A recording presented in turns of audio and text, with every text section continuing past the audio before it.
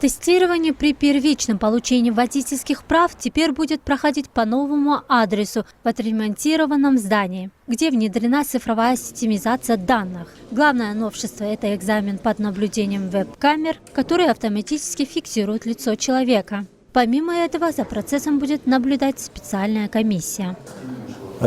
После окончания автошколы к нам в единую базу поступают фамилии курсантов, которые окончили автошколу. После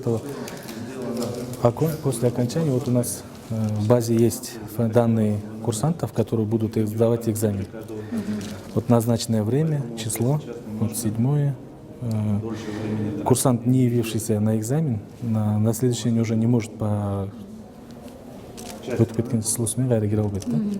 Это уже компьютер система сама назначает следующую дату сдачи экзамена. Человек номер получает одноразовый, вводит его в компьютер, как я вам объяснял ранее. Идет идентификация лица, и после этого компьютер открывается, если этот данный гражданин сам подтверждает, идентификация проходит, открывается тестирование. Дается 25 минут на тестирование. 18 правильных вопросов, это уже проходимо считается. Курсант прошел тестирование, теоретический экзамен прошел.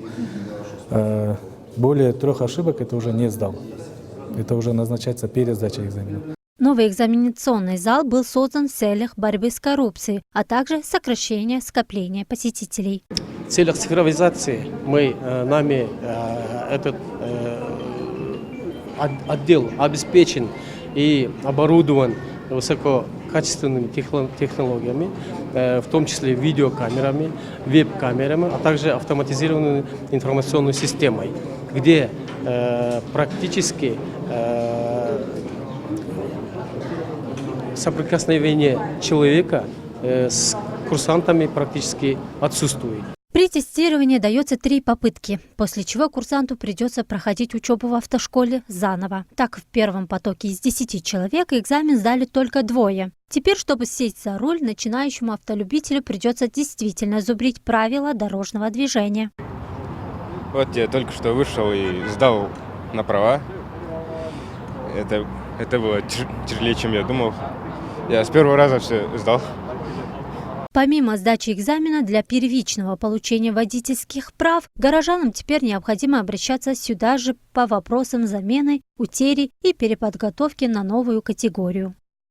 Гульджан Абдразак, Эльчебек Куштабаев, новости Ош-Перим.